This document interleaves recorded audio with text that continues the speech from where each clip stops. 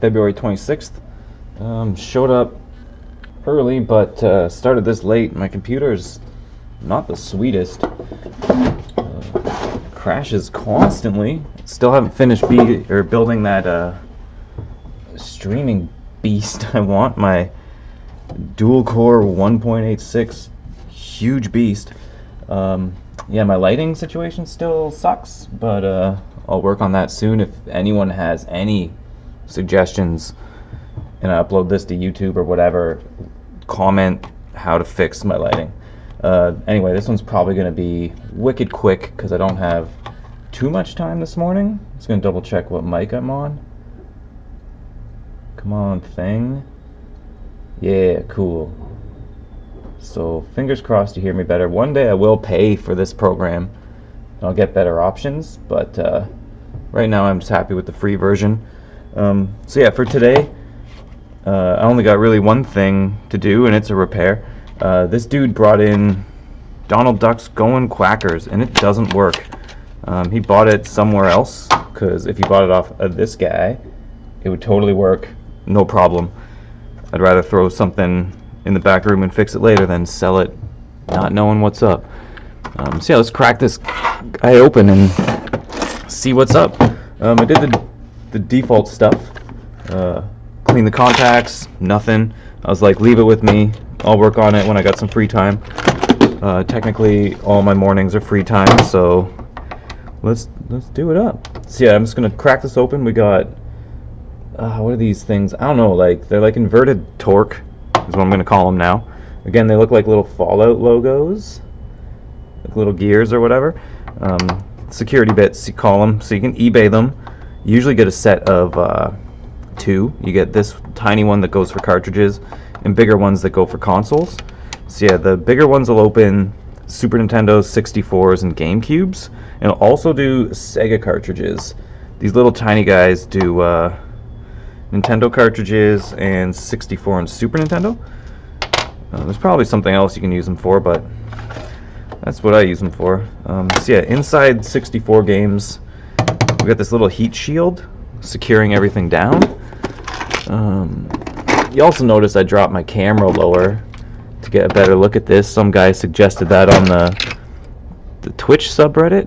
He's like, it'd be cool if you could zoom in, and I haven't written a program to do that yet with the camera that I got at the very top, so I just kind of lowered it because it's way easier. So let's crack this open. But yeah, again, if you have suggestions on how to fix my lighting, like someone suggested the other day, point my light at some white Bristol board, like away from me, so I get like a diffuse reflection. Or he used a bunch of crazy words that I'm probably butchering. Anyway, let's pull out this little circuit. I got this little thingy here. Pay attention to that guy. That guy goes towards the back. So I'm just gonna lay him here so I remember that.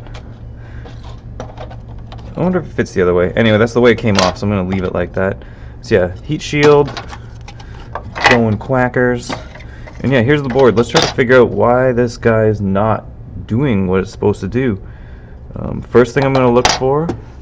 Well, first I'm gonna get my dental pick because I feel like a badass when I use it. I should also buy a lab coat. Yeah, what do we got here? I'm just gonna check all the little leads here, or the traces or whatever. Some of these don't even connect to anything. I guess every single circuit's totally different. That looks fine. Oh, there's some, I don't know if you can see this. Let's get this camera to do something better, but along the top here, there's erosion here, here, and here. And it looks like the pin's totally severed right here. So I'm just going to grab that gum eraser I was talking about the other day. The texture takes off a lot of junk. They're really nice. Guaranteed I lost it. Oh, I might need the solder for this one, and I dropped it behind the counter yesterday. Hopefully I have like a little ball of solder I could just use for now. Where did I put that stupid eraser? Yeah, I'm learning a valuable lesson streaming these things. I'm learning that I'm very bad at putting things away, and I'm really good at forgetting where I did put stuff. But I do need that eraser. So let's dig around in this box I was using yesterday. I left my cool guy glasses upstairs. I'm just gonna check the drawer.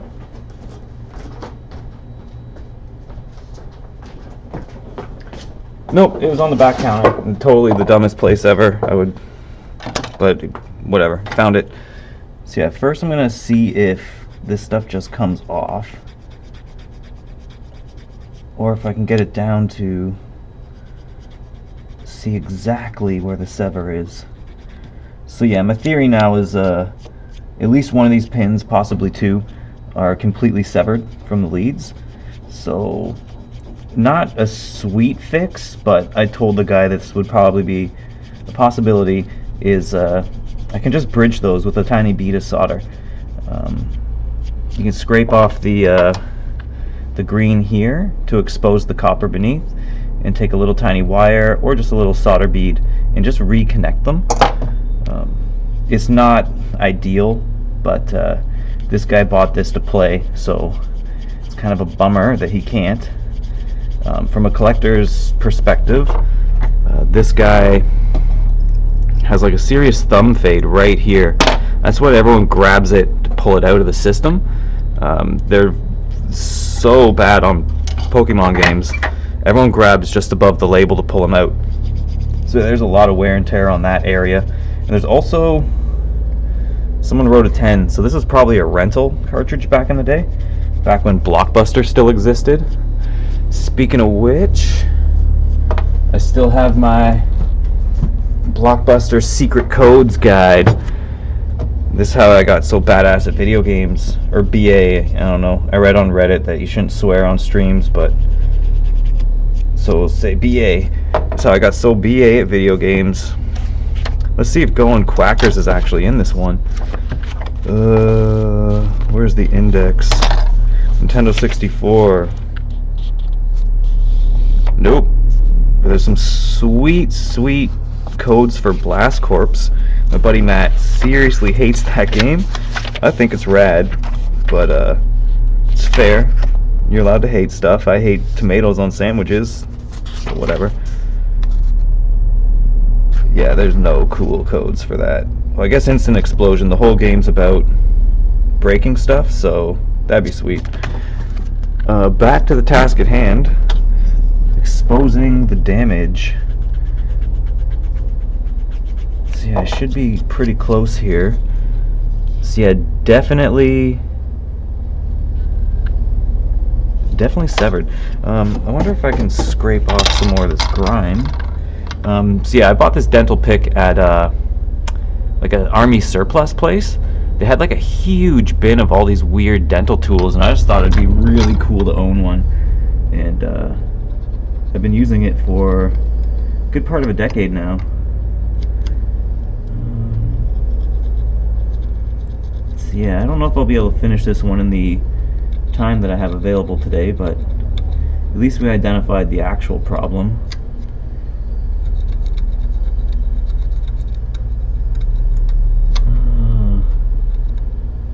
This reminds me that last time I got my teeth cleaned, I actually like the feeling of them poking my teeth for some weird reason. It does hurt a lot, but I don't know why. I actually enjoy it. So the damage points: 1, 2, 3, 4, and potentially a 5th. So this one's really bad. Let's draw a little picture here.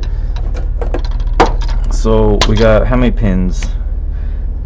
1, 2, 3, 4, 5, 6, 7, 8, 9, 10, 11, 12, 13, 14, 15, 16, 17, 18, 19, 20, 21, 22, 23, 24, 25. I don't know if that is correct. Feels wrong. I don't know why they'd have 25. I thought it'd be like a multiple of 2. Oh, they all seem to line up. But yeah, so this one's damaged. This one's damaged. damaged. Damaged and damaged. So let's talk about why this happens. This probably happened because it was left somewhere damp, like in a garage, like in a box, or it's from decades of us blowing into the cartridges. It totally works. You blow in your cartridge, stick it in your machine, turns on, but I don't know, breathe on your hand. It's like always moist. So if you've blown into that thing with like super hot breath and then shove it in your system, you might leave a bunch of moisture on there to slowly erode the teeth like this guy's. So let's see. Yeah, the lighting situation still sucks. But whatever, now that it's super clean, let's just pop it in the machine real quick. So this came out of the casing with all the circuitry this way. So all these guts are going to face me when I pop it into the machine. So let me just grab a 64 real quick, we'll hook it up and see what happened. Okay. I just have to run to the back room real fast. I know where one is. It's that one I was setting up for the other dude. Oh, he bought it.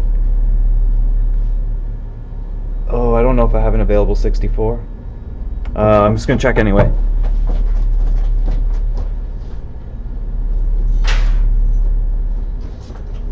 I'm pretty sure I have that orange one I was supposed to work on that I neglected.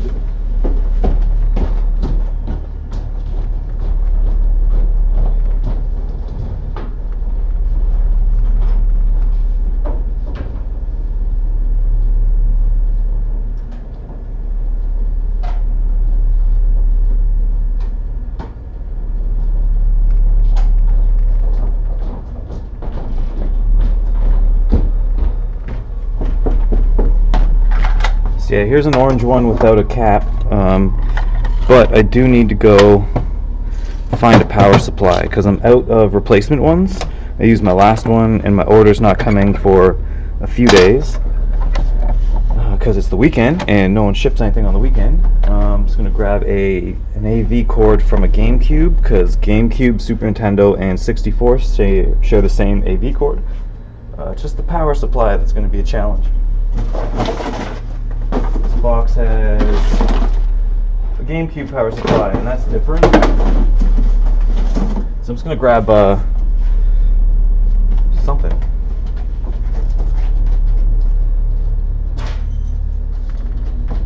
Shouldn't really set this up. Sorry, guys.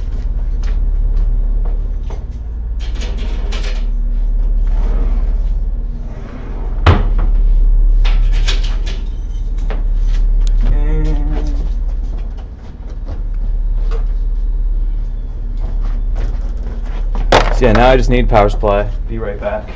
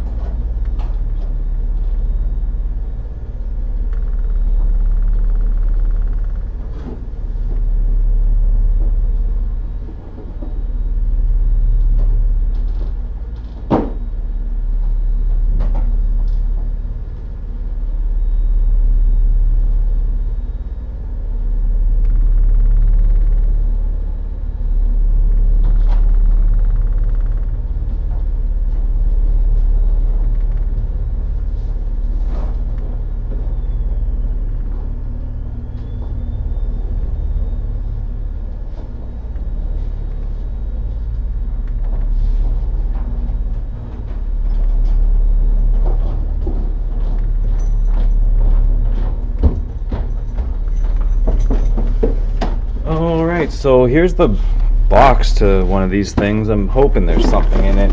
Doesn't feel like it, but check anyway. Oh, just some weird wire that will not work for me. Alright, so that one fell really short, really fast. I'm not going to continue without being able to test it as I go. It's just not a smart idea. Chances are I'll do all this work and then find out it's just bunged up even more. But at least we identified what's wrong.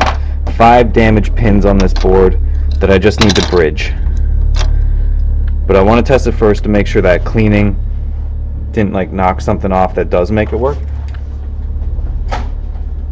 So I'm just going to put it all back together, and then I guess for the next 20 minutes I got left, I'll just start pulling apart stuff and showing you the insides of it. So, Goin Quackers.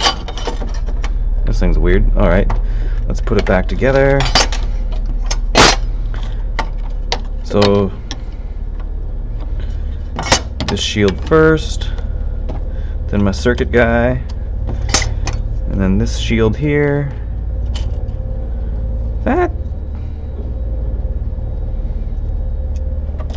It started this way. Remember, yeah, cartridge face down when I opened it. So this way, now forward. Oh yeah.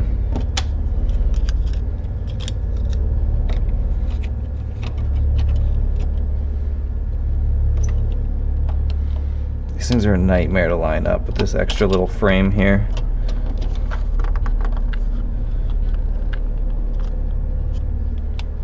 Nope.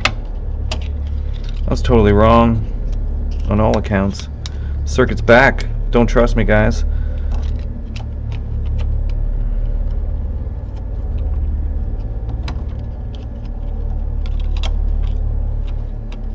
There we go.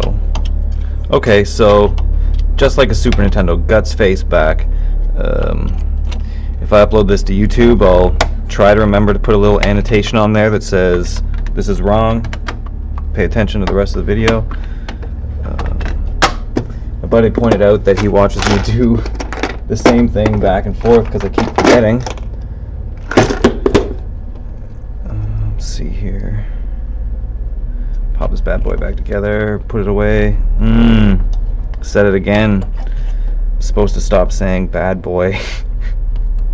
Apparently it sucks, so I'll call myself out each time I say it. If you hear me say it, I don't know, put a stupid counter in the comments or something. Let's see how many times I say that dumb phrase. I do really want to correct the lighting on this. It's very hard to see my dumb head. But you can hear me because the mic's right in my face, so I know that's working. I do like working on this whiteboard though, it's actually nice. I haven't burnt it yet with a soldering iron, so that's pretty good. The second I do though, you'll hear all about it. But yeah, I did move the camera down, so I just want to see where it stops on my board, but just watching it here. That's pretty big workspace actually. Cool. Well, this one's going to be put on the back burner for probably this afternoon, so I won't be recording the rest of that, which is a bummer. Or maybe I'll save it. The guy said take your time, so I think I'll take up his offer on that and take my sweet time. Let's start putting stuff away properly. Let's use this opportunity to keep everything in my yellow box. Paper towels, where did I put you guys?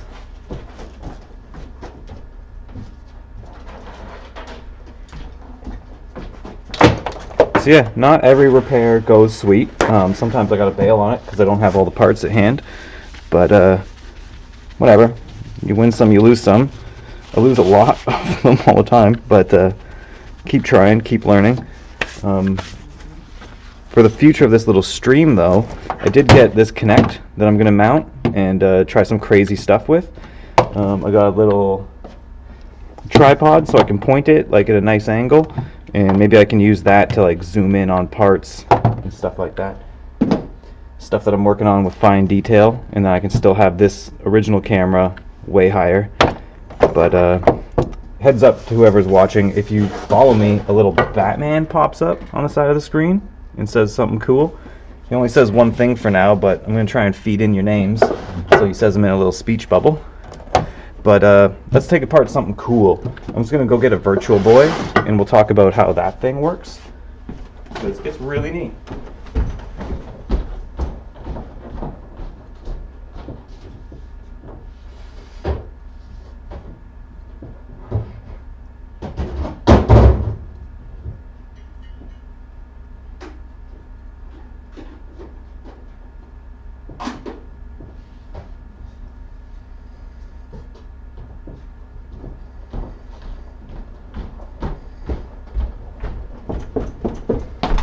Alright, so yeah, here is a Virtual Boy. I'm just going to rip him apart real fast. This is my little mannequin head that goes on my little VR headset collection I got. I only really have the Oculus Rift DK1, which is cool, and a few of these guys. Almost said bad boys. A few of these dudes, and I also have the 3D glasses for Sega Genesis or Master System. It's really weird. Yeah, back in the day, they had 3D glasses for Sega Master System. It was like Sega's version of the Nintendo, or competitor of the Nintendo. That's these dudes right here. There's a sweet picture on my Instagram of me wearing these stupid things. So this plugs into the card reader port on your Master System. You plug your game in, and then starts going all 3D. These things work by quickly. These are just little LCDs that are see-through, and then once they're active, they turn full black, and then they just alternate eyes really fast. Old IMAX movies had the same tech, but now we have real D movie theaters. You probably wore those glasses. They're polarized lenses. So one of your glasses eyes, the light comes in through grids this way, the other side this way. So they have a little spinning wheel on their camera that's timed to the frame rate of the movie, and that wheel either has a filter like this or a filter like this. So that wheel alternates the picture on the screen, and your glasses don't flicker like these dudes. That's why they're super disposable, and they always give you 100 million pairs when you go to the movies. Anyway, inside of a Virtual Boy. There's 14 North American games for Virtual Boy. You can build your collection really fast. It's not too expensive. You can probably get a Virtual Boy for around like 90 to 120 Canadian. Some places will charge a bit more because they're not easy to find, and they're not easy to find working. Somewhere in here I have a specially made bit that'll fit in here. Is this it? Yeah, so this is a super long security bit. Really long, but it used to come all the way up to here, like the butt end of it, and some guy had it stuck on a lathe and filed down so it fits in these little cavities, because it's super deep, the screw holes. Anyway, since I only have like 15 minutes, I'm just going to crack it open and talk about how the lenses work on these. So if you've ever used one of these, you're going to notice that it's got a slight hum and vibration to it. It's really weird. It's because there's little mirrors inside wiggling really fast. And once we get inside, you'll see why. So yeah, let's just crack this mounting bracket off first. There's a little stand that went on this thing. If you're collecting Virtual Boys, you're going to notice every single time you go to buy one, the clip on that stand is broken. Straight up. I don't know why. It's got I guess it's the biggest point of failure on these things, other than the fact that they're red and they like give you migraines. But don't let that dissuade you from using one. They actually work. They are like 3D Game Boy games. There's depth you totally see, but it's nothing compared to what we're coming out with in a few months. Oculus Rift ships starting, I think, starting March. The Vive just got announced with its price point. Oculus Rift is $599, but you need like a super badass computer for it.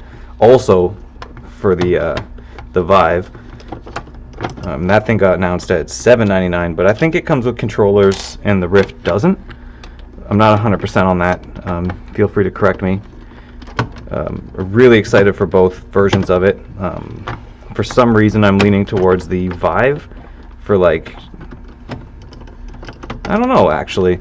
The Rift has a crazy amount of like people on board. Like the dude who made Doom is on board. What's that guy's name? John Carmack. That guy's like a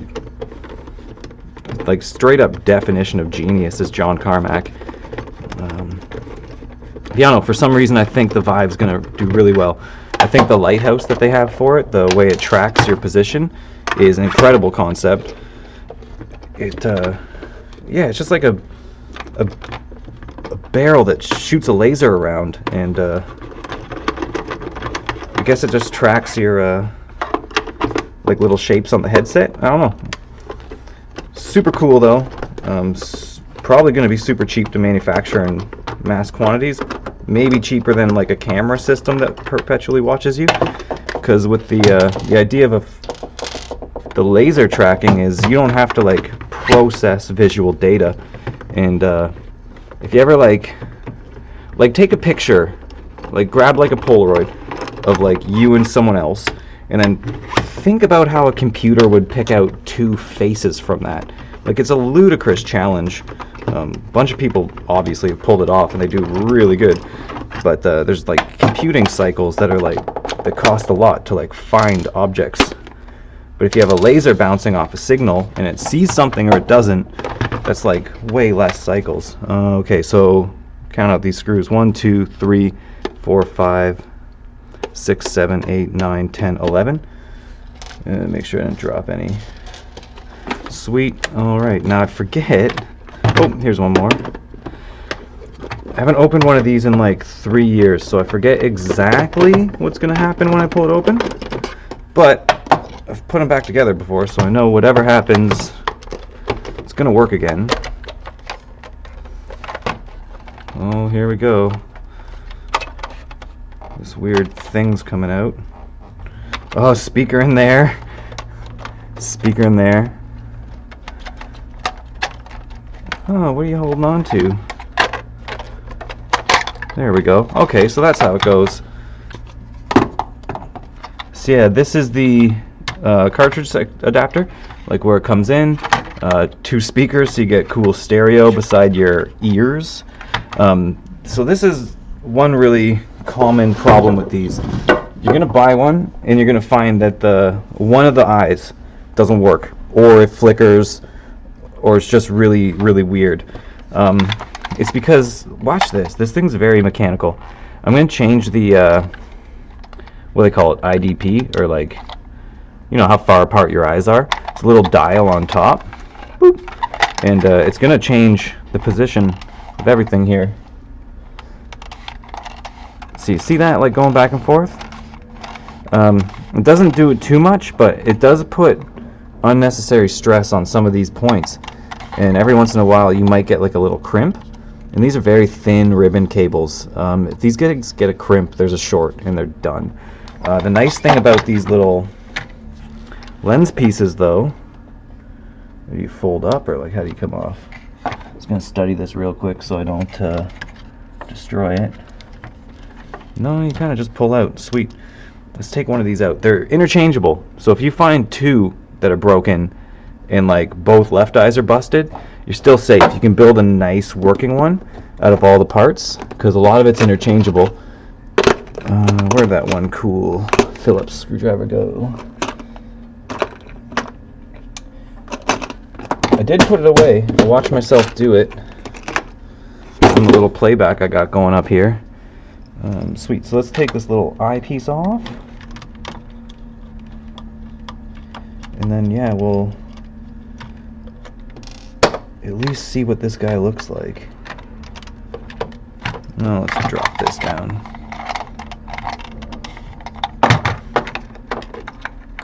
In one video I will full out dismantle this and set all the parts up so we can see everything. I just don't believe I have enough time today. We open in 20 minutes. I still need to sweep the floor because I didn't do that yet. Try to keep this place really nice and clean. So this is the cavity that it went into. Really hard to see with the stupid light that I got going here. So yeah, there's the cavity there. Inside it is a little magnifier, and right behind here, let's pull these lenses out, you'll see that there's two little mirrors right there. Those mirrors vibrate at a specific frequency, back and forth, back and forth, back and forth. And what it helps it do is draw single lines across your eye, boom, in a sweeping pattern. Because this LCD display is only one line. It's I'm just gonna guess that it's, I can't even count how many wires there are. They're so tiny. It's like an ant made this thing. But I don't know, let's just assume there's 32 pixels. So it's 32 pixels by 1, and this thing flashes each line vertically. And just because these vibrate at a specific frequency, it passes that whole image across your eye. So your refresh rate is really weird. It's like this, boom, boom, across your eyeball. So no wonder people got like sick off these things, because it's drawing single lines across your eye and then back again, like constantly. And since your eye can like visually, I guess, remember stuff, I don't know exactly how that works, your brain builds like a solid image, and then you get like a sweet 3D picture going on. But I just always thought it was interesting that these were one line displays, and it was a mechanical device that like spread it across your eyes. I also read that, oh nice, you can see the store through this, and my shirt, pretty sweet. But yeah, I always, I lost track of my thought there. Oh yeah, I read, and I don't know how correct this is, that months down the road after this thing was like launched, color versions of this became affordable to manufacture. So like that would have changed this whole thing if it was color. People might have liked it a bit better. You still get the weird refresh rate going on your eyes that like definitely made me nauseous when I was a kid. I couldn't play this thing for more than 10 minutes. Plus you get a serious kink in your neck. The stand it comes with doesn't move too much, so you gotta like bend into this thing and get this really crooked computer neck thing going on. And like, I've been playing on computers my whole life, so I got some really bad computer neck going on. And this thing just probably made it even worse.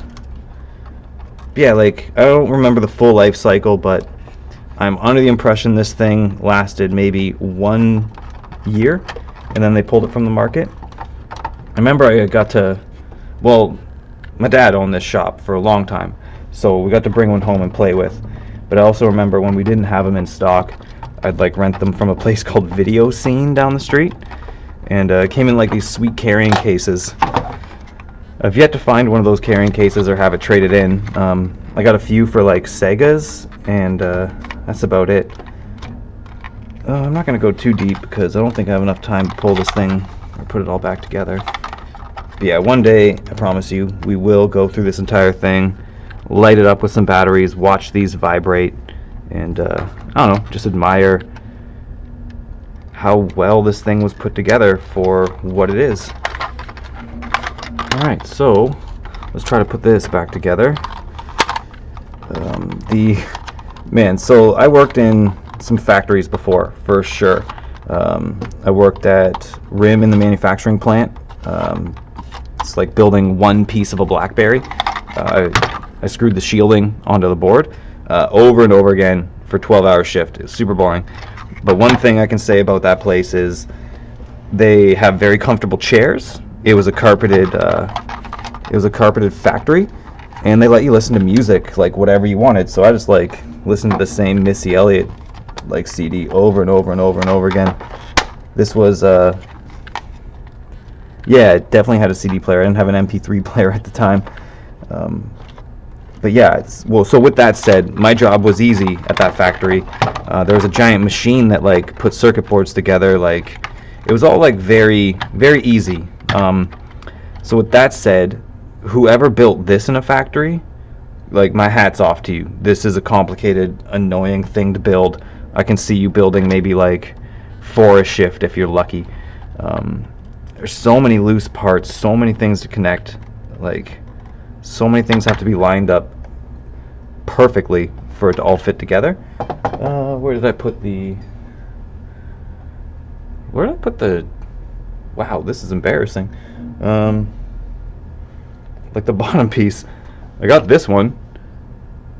I'm gonna have to rewind this thing and see where I put it. I guess I'll stand up and get a new perspective on this whole thing. There's my Connect. There it is. Oh, wow. So dumb. Anyway, that's basically the inside, well, a glance at the inside of how this Virtual Boy works. Really impressed with these things. I wish they did get the color LCDs out, or if some hackers out there and they're really, really good, mod this thing, make it color. Like, that'd be an incredible project. Front page of Reddit every single day if you did that. Another cool project that I'm reluctant to do is, I do have a DK1 and I do have several broken Virtual Boys because I use them as parts to fix other ones because everything's super interchangeable. It'd be really cool to take the guts of an Oculus and shove it in a Virtual Boy. Oh wow, this thing's stuck. But yeah, I don't think I have the heart to do that to my DK1. Speaking of which, all DK1 Kickstarter guys get a free Oculus Rift. So I don't know when the deadline is for that, but if you were a Kickstarter for Oculus, go log in to your Oculus account, or your Kickstarter, sorry, and fill out the form. Get your free Oculus Rift. Things like $600.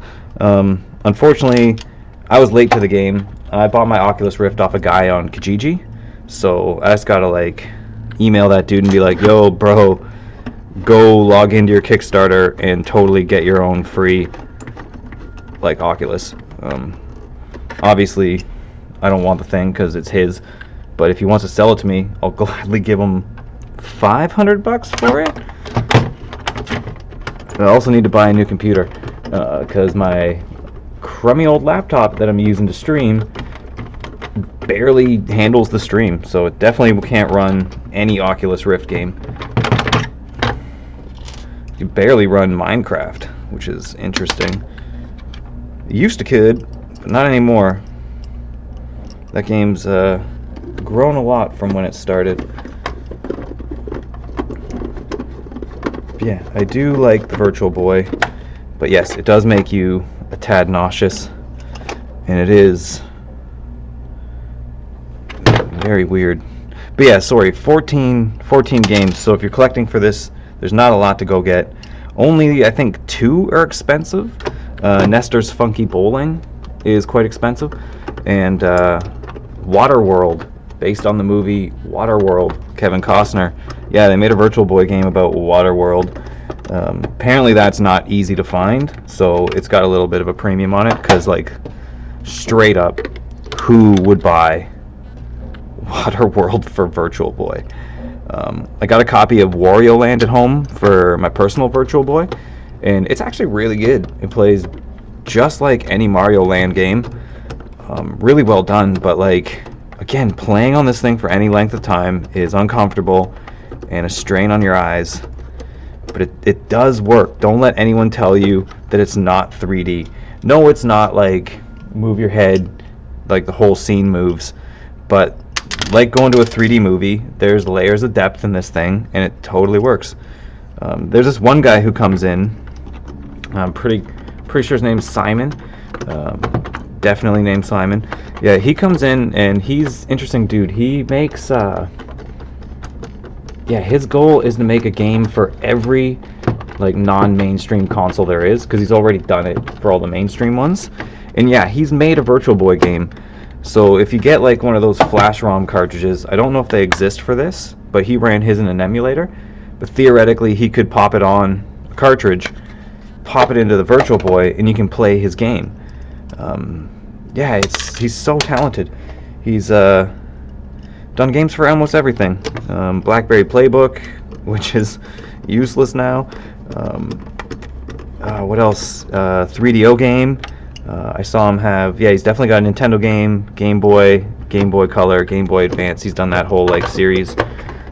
He did do a DS game where it's a fighting game, and it's him. He like stood on a white wall and recorded himself kicking and punching, and then made sprites out of it, and that's the characters in his game. Him beating up himself. Super awesome. Vectrex. Oh yeah, he made a Vectrex game. That machine's interesting. Yeah, it's like vector graphics, so it like traces lines instead of like draws pixels, I guess. I don't know how to explain that thing any better, but it's gorgeous. It's really cool. At our shop last year, I think it was in November. Yeah, November 1st was Play Your Vectrex Day. So this dude brought in his Vectrexes, set up a table in the back, and just like let people play them, and then like explain the games and stuff like that. It was a lot of fun. I was very impressed with the Vectrex. Not a lot you can do with it, like regarding like color and stuff, but the line work on it is beautiful. So yeah, he made a Vectrex game, 3DO game. I wonder if he made TurboGrafx games. I don't know. I'll have to go check his little website out. I don't know how comfortable he would be if I posted up his little website, but next time I see him, I'll ask him how cool he is with that. But yeah, it's cool. He's a very, very talented programmer. Google's opening up a big office in town here, so I already know he's got like a badass software job, but maybe he can work for the Google. I wouldn't mind doing that. Pretty sure I could work for them and still operate a game store at the same time. We do have a bunch of really, really rad employees that I trust, so I totally go work for those guys. I'm not classically trained, so like I don't know how I'd communicate what I'm doing, but maybe I'll get a job mopping the floors there and Goodwill hunting them. Yeah, definitely not. I don't think I can answer any math questions. But yeah, that's the inside of Virtual Boy. I really like these things. They are a pain though to play for a long period of time.